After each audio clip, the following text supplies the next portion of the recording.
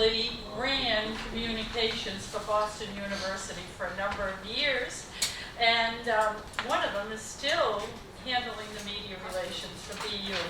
And both of them have dealt over the course of their careers with very, very significant crises, and it had to deal with crisis communication.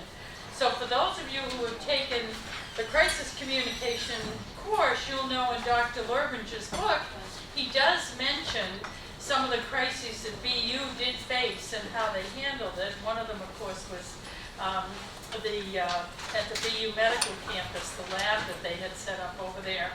So the kinds of crises that they've dealt with, they're going to share with you tonight, but also they dealt with them very, very effectively. So hopefully you will learn a lot from their presentations.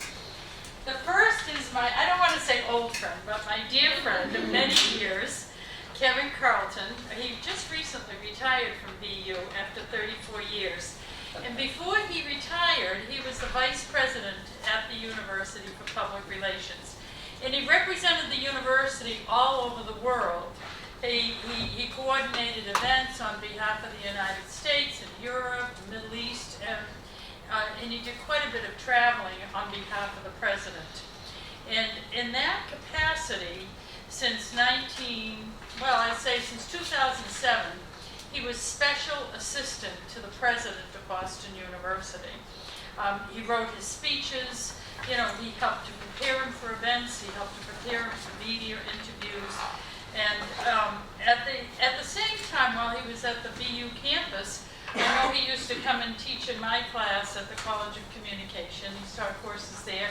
He also taught in the School of Education at BU, where he discussed crisis communication strategies with principals and teachers and people in K-12 schools. He also taught at Met College, which is the equivalent of what we have here, which is a college of professional studies.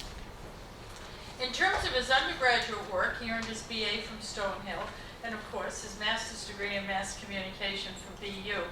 And now in his retirement, he's a very happy grandfather, a library trustee in his town, and he's also working on a book in higher education administration, which I'm looking forward to reading when it comes out. So this is my friend, Kevin Carlton. And another friend is Colin Riley, who is still employed at Boston University. He's the executive director of media relations. So whenever they have a crisis these days, and you pick up the Globe, you'll see he's quoted in the Globe. He graduated from Northeastern University with a degree in journalism. And after that, he worked as both an editor and a correspondent at the Boston Globe. So he has a real life experience as a journalist, sort of on the other side. And then, excuse me, he worked in a number of communication positions after his career at the Globe for the U.S. Postal Service. So he worked in Washington and in Boston and San Francisco and New York. And then he became a press secretary for the candidates of a gubernatorial race here in Massachusetts and a big city mayoral candidate. Now, for the past 25 years, he's been a very effective spokesperson for the university. And whenever the university has had a crisis, or whenever there is interest on the part of the press on what's happening at the BU campus, Colin is front and center. And he's handled many, many crises. The one that I remember most that you spoke about in one of my classes was handling the crisis after the marathon bombing, because as you all remember, one of the young women who was killed in that bombing was a Boston University student. And Colin was dealing with the police department, he was dealing with the media, the press. So you have two fabulous experts here tonight, and I hope you learn a lot, and I want to thank both of them for coming. Thank you very much.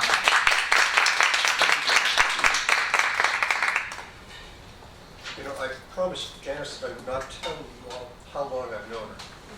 Oh, you're going to date me now. But I think most of you were born after we met.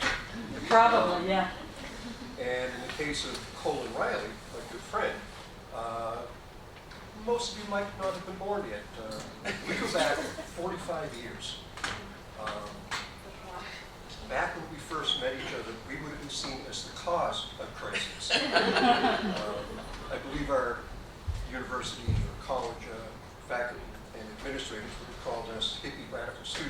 semesters, and we got to know each other in that capacity.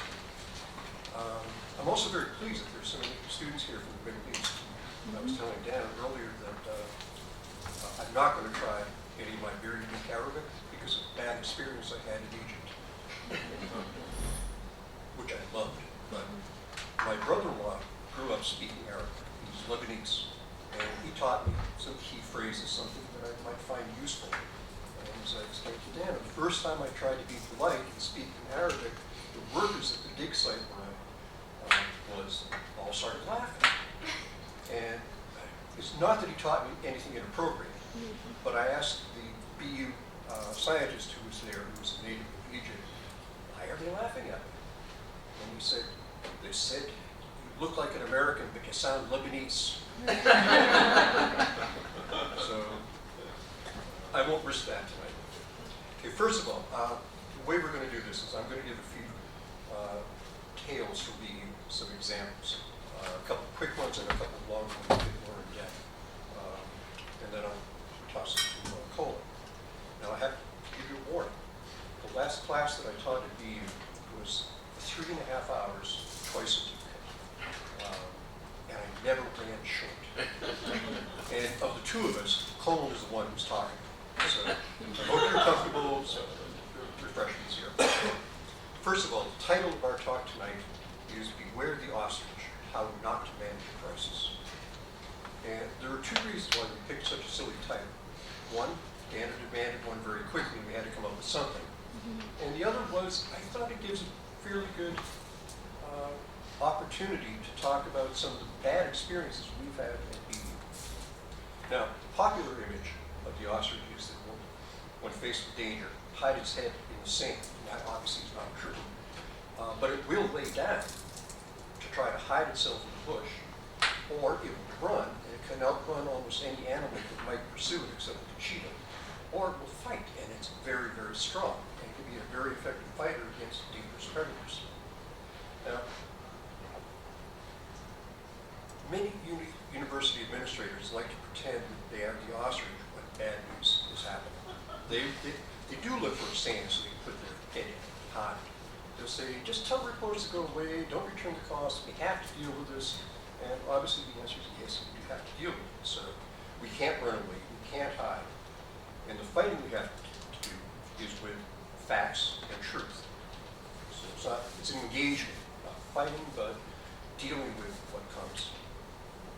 Now, I want to give a couple examples, wonderfully bad examples, of some university administrators who are the ostriches. Back in 1983 was the first time that I was assigned to coordinate communications for our annual commencement ceremony. Now, when we have a commencement planning meeting, it involves a cast of thousands of people. It's a huge, huge operation. Back in the early 1980s, commencement at Boston University was a fairly small affair. You know, a few thousand students instead of 5,000 would show up for the ceremony. And we wanted news coverage. We wanted to try to build it up. So I went to this meeting in the trustee meeting room in the office of the president with about a dozen people. And somebody asked me, what's your plan for the media? And I outlined it. I said, we're sending out news advisories. We're going to send out a news release. We're making phone calls. We're telling the reporters to park in the Babcock Street lot and to enter the field where the ceremony is taking place through the Case Athletic Center. The chief of police at the time was a man named Paul Bates. So I do name names. He hated the media. He never wanted any coverage because anything that he saw as coverage was usually the crime, which he took as a personal indictment. So when I said, well, tell the reporters to go through the Case Center, rough bulldog of a man said, good plan. My men will see that none of them get through. So I just sort of stared at him for a moment. Finally said, no, you let them through. You carry them in a sedan chair if you have to. Get them in there. Another bad example, wonderfully bad example, and I won't name names because he's a friend, Ken Condon. He was our vice president and treasurer, responsible for everything to do with money. Not the spending setting of it so much, but the management of it, and also real estate. He was very, very good at what he did. But whenever a reporter would call and say, we want to know about EU finances, say for the Globe, wanting to know about pension plans or something, why don't you go ask about the Globe's pension plan, he'd say. You had to fight with him, you had to wrestle with him for about an hour until he'd give you the information and you could then convey it to the reporter. Two very quick examples of how ineffective this was. This is typical Ken Condon behavior. He answered the phone late in the afternoon, early evening once, and the person identified himself as a reporter. So he said, oh, Ken's not here. Mind you, he had one of the most distinctive voices on campus. Hi, this is Ken Condon. He didn't say that, he didn't introduce himself, just, hello?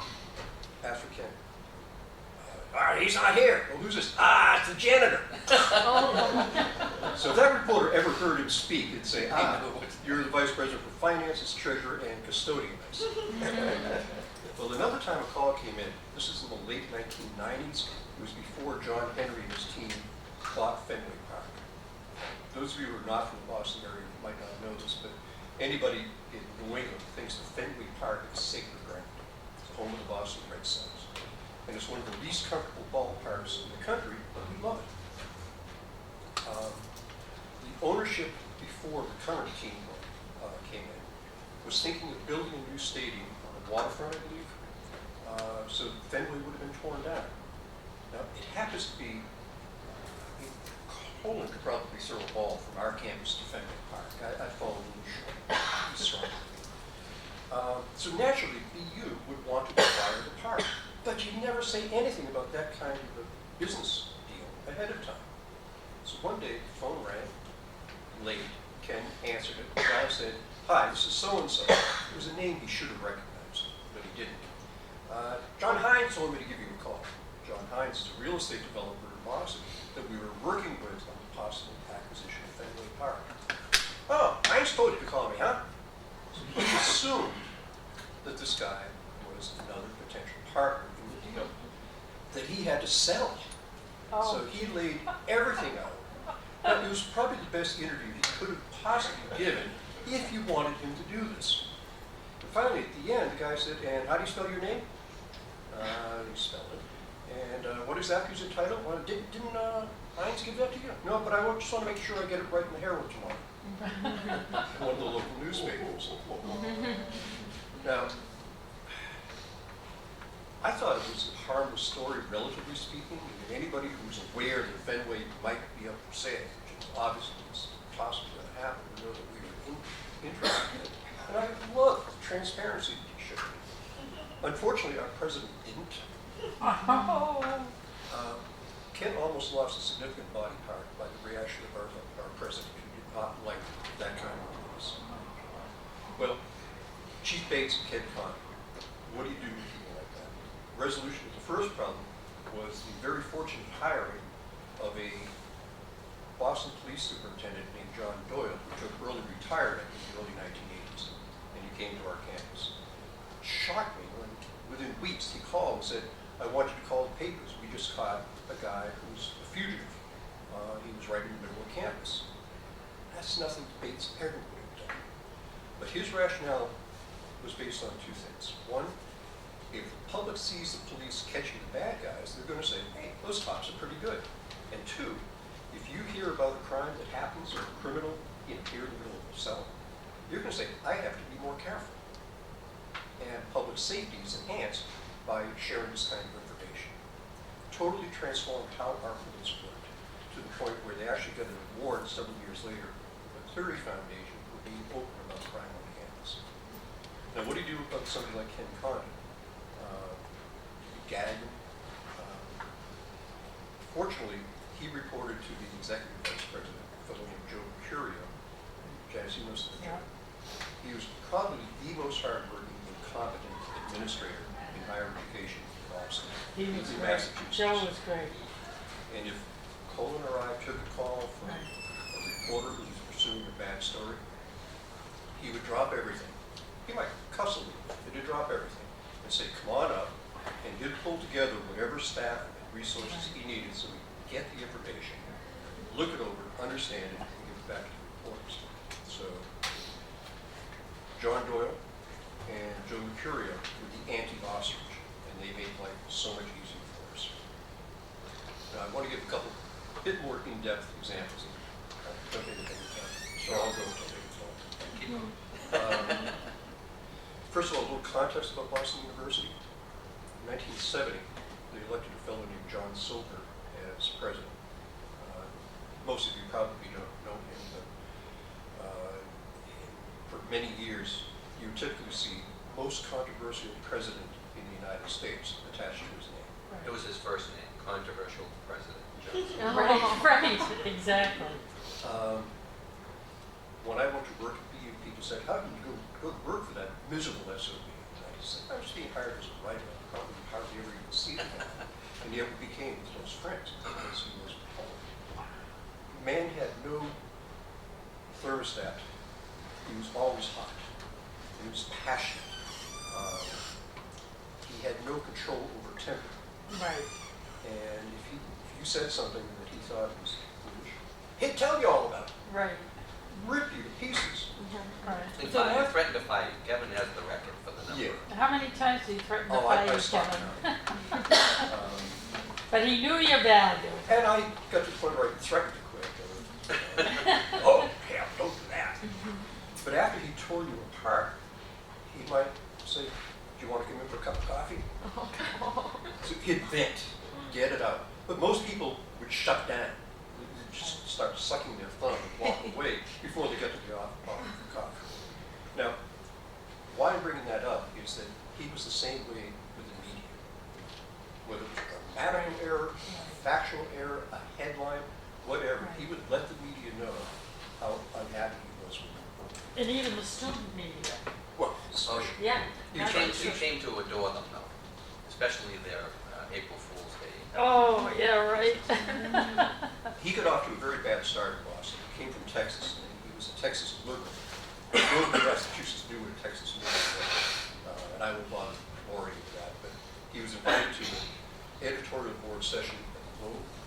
He described how he wanted to transform BU into the institution that it has become thanks to him.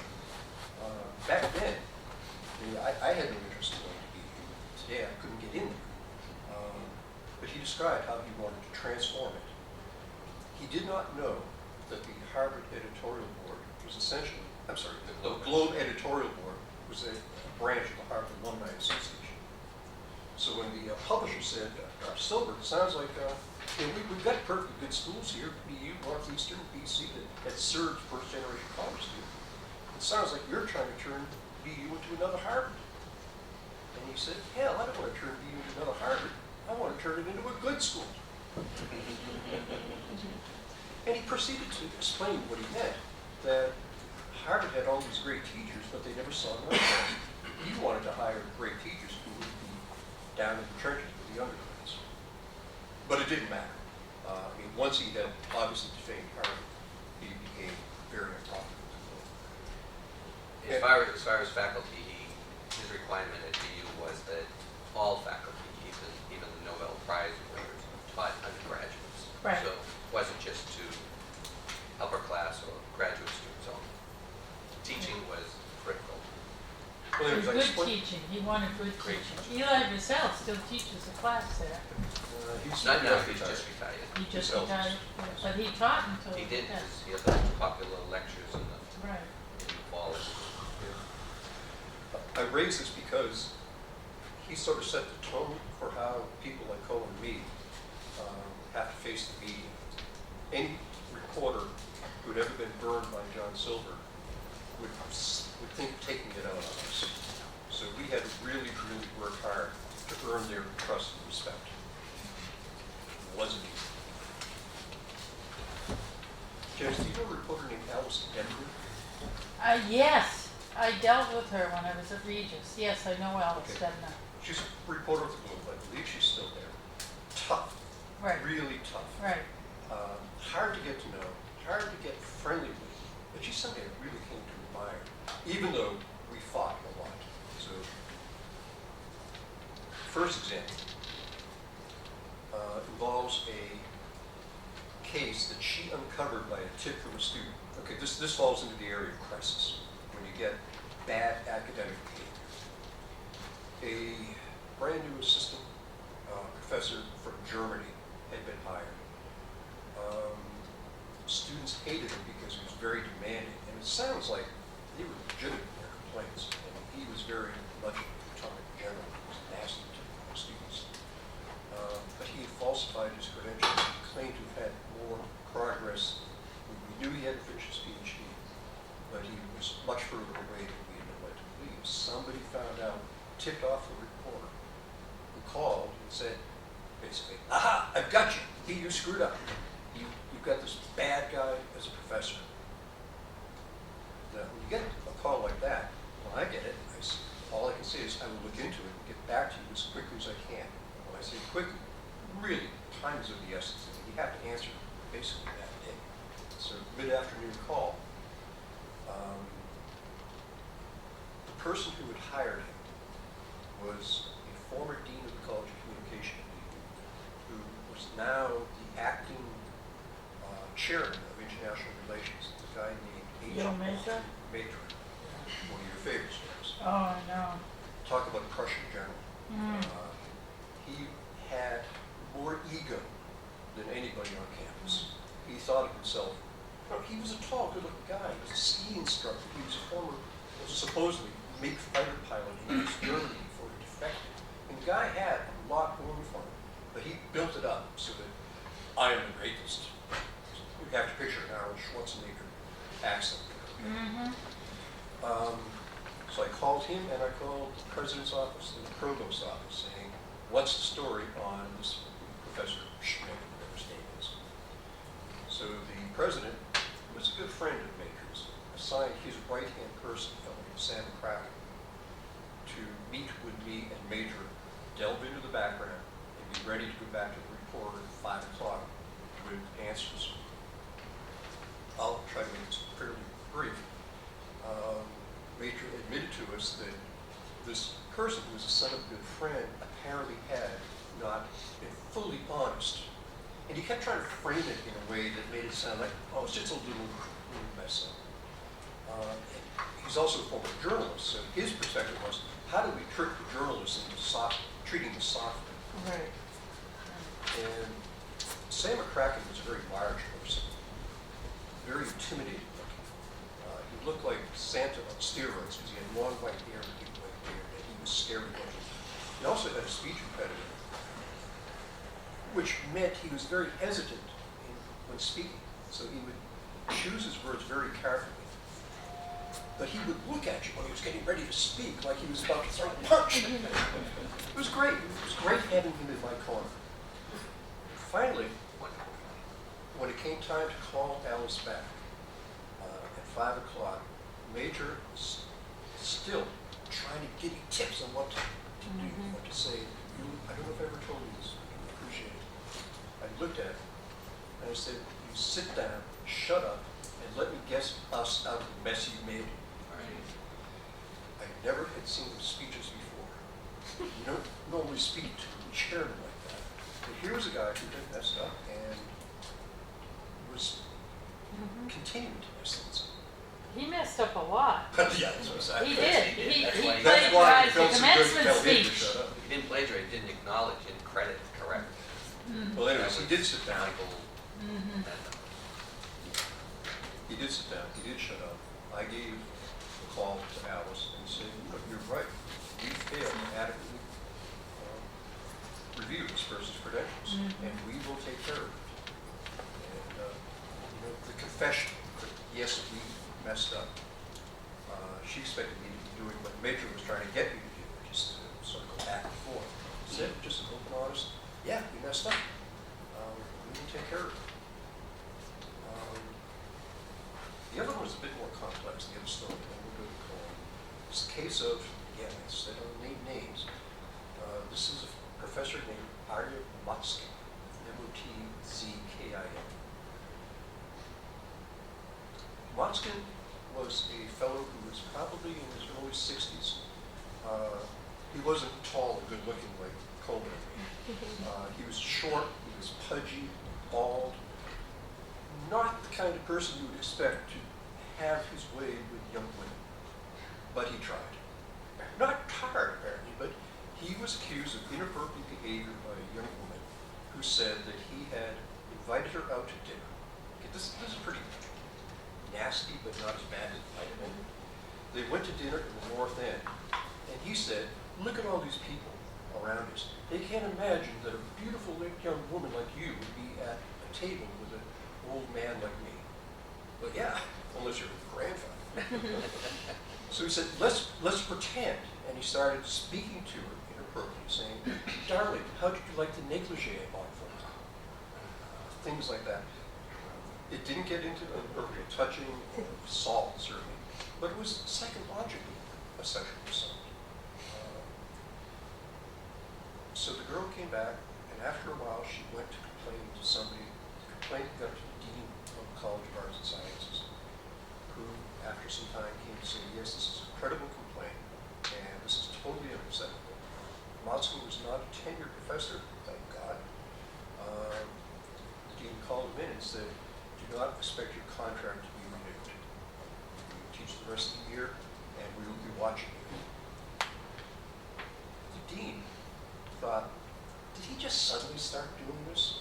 And he went to one of our attorneys, Mike Rose, and said, let's see how we can dig without creating something that isn't there. And so the attorney came up with a plan to send an email to all of his students for the past 3 semesters saying there have been allegations of inappropriate academic conduct in some of the classes which you may know. Might have mentioned once in this class, but it was academic misconduct. So it didn't lead anybody to say, oh yeah, it's got to be that time. It left it very open. Nobody had any academic complaints, but there was an open-ended question at the end. Do you have any other concerns? And that's where several young women said, yeah, he's a lech. He's a dirty old man. So we go to these people, and it was the same pattern of behavior. It didn't involve touching. Didn't involve assault, but it was clearly a pattern. So the faculty handbook across the university outlines what happens in this kind of situation. The investigation review is done, well, the investigation is done now, a review by a panel of faculty and students in that particular college. And they all said, fired. Then it has to go up to the university.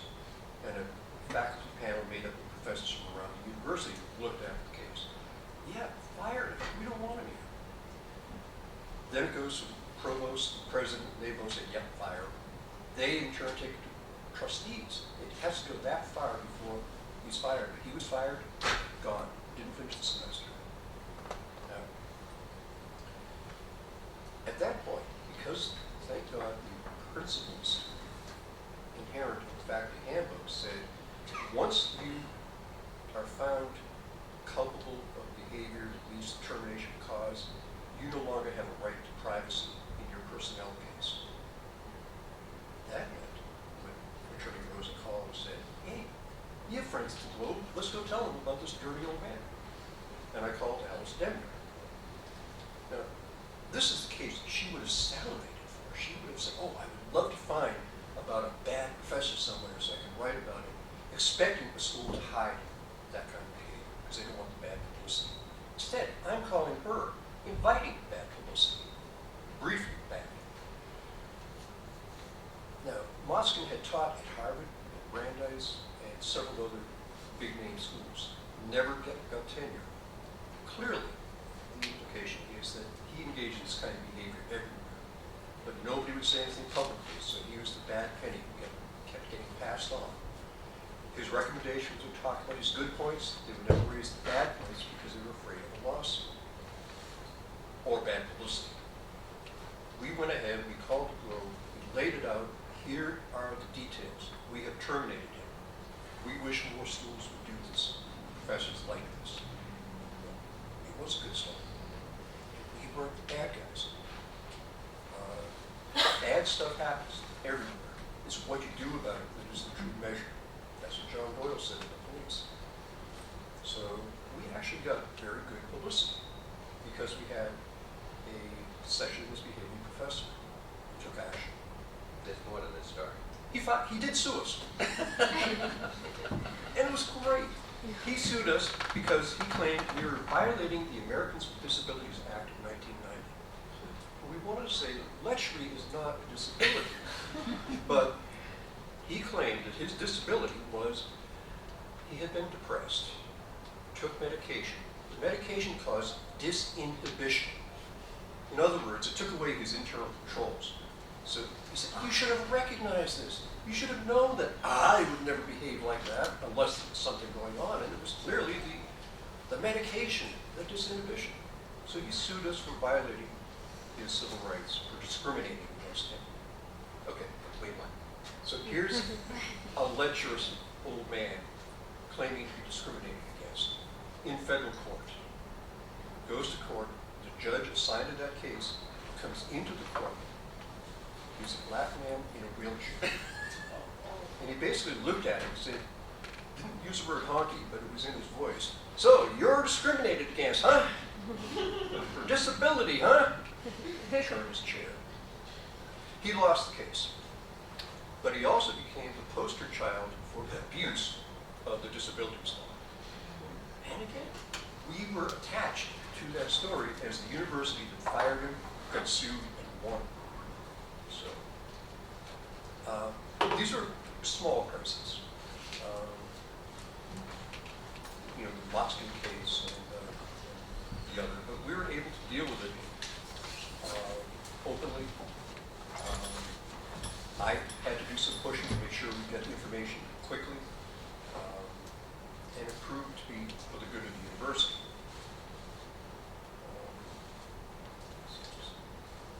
I've got a great story that I can tell, but it'll take another hour, so I'm going to turn it over to Brother Riley here. Thank you, Kevin.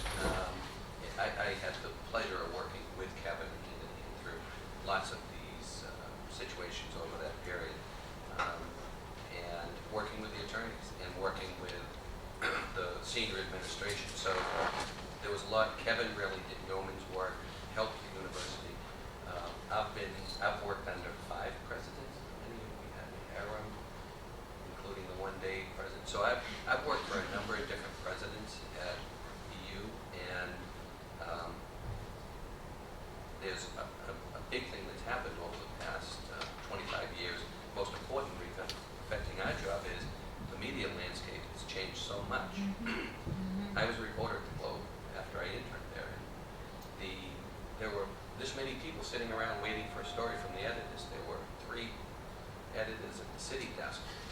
There were scanners. There was copy coming in from UPN and AP. It was an incredibly vibrant, active environment where if a pin dropped anywhere, they heard it and they went out acted on it. One of the storylines, of course, is if a plane hit the crew and no one told us, or no one's put it on the scanner, you wouldn't know about it. But that's the opposite of what took place. You heard about everything.